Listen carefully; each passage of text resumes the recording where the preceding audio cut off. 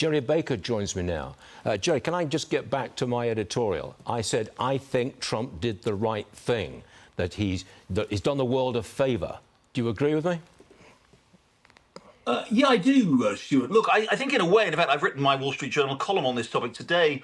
I think in a way, it was almost kind of inevitable that Donald Trump would do this. Donald Trump, for all the talk about isolationism or interventionism versus, staying out of these things, Donald Trump's demonstrated that he will take action, as he did with the elimination of Qasem Soleimani, when there is a clear objective, when there is a clear opportunity. And I think this was what we saw here: a clear opportunity. Israel has done extraordinary work already in taking out Iran's defenses and in taking out many of the vectors of Iranian retaliation that we've always feared.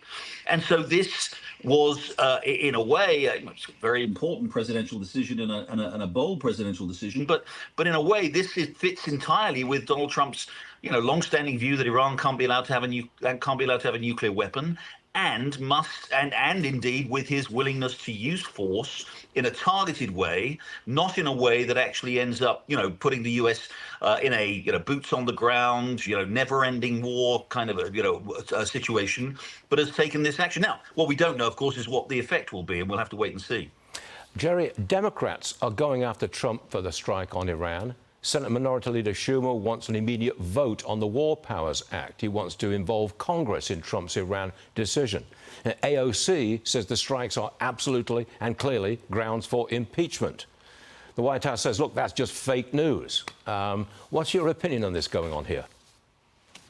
Yeah, look, presidents now routinely have been able to do this without invoking the War Powers Act. President Obama, when he authorized the mission to attack and kill Osama bin Laden, that involved US forces going into a foreign country. By the way, not even a country at that point, Pakistan, that was even a hostile country. It was notionally an ally. Went in, killed people on the ground, and took the action. I don't recall Democrats complaining about that or saying that there needed to be the passage of the War Powers Act. So no, this is just the normal kind of politics. Look, I think Democrats are in a bind here because the Democratic presidents have for years essentially sought diplomacy, tried to use diplomacy to get Iran to back off its nuclear program, and they failed. President Obama failed, President Biden failed. Now, what we're seeing is a more direct military approach to deprive them of their nuclear weapons and their nuclear ambitions, and they don't really have an answer for that. So, they're kind of resorting to this sort of legalistic idea that this was against the War Powers Act. But as I say, we've seen so many times presidents exercise military force for the United States without using the War Powers Act, and I don't think this is an exception. I think it's a win for the president at this point. Thanks very much indeed. Well, good to see you again, Gerry. Thank you.